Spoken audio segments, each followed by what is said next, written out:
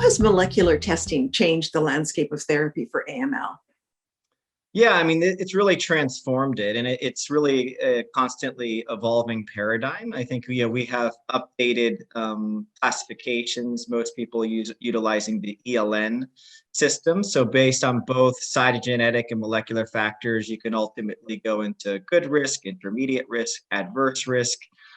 In general, for sort of fit patients, for good risk, we focus on curative intent, ideally with chemotherapy alone. For intermediate and adverse, typically we're incorporating allogeneic stem cell transplant. So that's one of the main things that really guides treatment really from the beginning and throughout. And then I think really where it's evolving is personalized therapy. So it's really not a one size fits all treatment paradigm. It's, you have mutation A, B, you're this age, this fitness, and we put all those things together to ideally come up with the best treatment plan for the patient.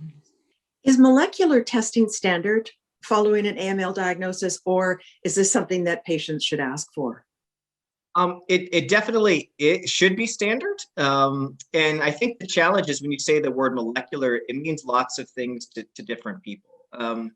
I think in the community, as targeted medications were first approved, so this was with FLT3 inhibitors, subsequently IDH1 and IDH2 inhibitors, I think people are realizing, yes, hey, we have to send these sequencing panels, but there's a potpourri of choices from a lot of different commercial vendors. And really the key and one of the main messages we try to get across is you really have to assess for both FLT3 as well as really a comprehensive next-gen sequencing panel in order to cover all of the relevant genes at diagnosis and likely at other time points such as relapse or refractory disease. So there's no question it's standard, although unfortunately it's still not uncommon where the sort of comprehensive panels are not sent and you're kind of left with somewhat not a complete picture for your patients. And since we're personalizing everything, it's really quite critical to have these data.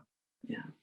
How does inhibitor therapy work to treat AML? So you have a gene that sort of turns on and turns off as we go, but with the mutation, it's basically turned on all the time.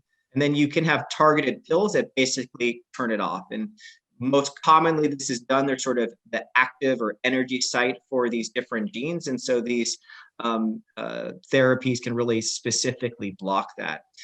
I wouldn't say that's the only mechanism. So, I mean, with there are IDH1 and IDH2 inhibitors. Again, they're very specific for those mutations, but each mutation may have a little bit different in biology. But in general, you have mutation A, and we're going to turn it off with drug that inhibits A.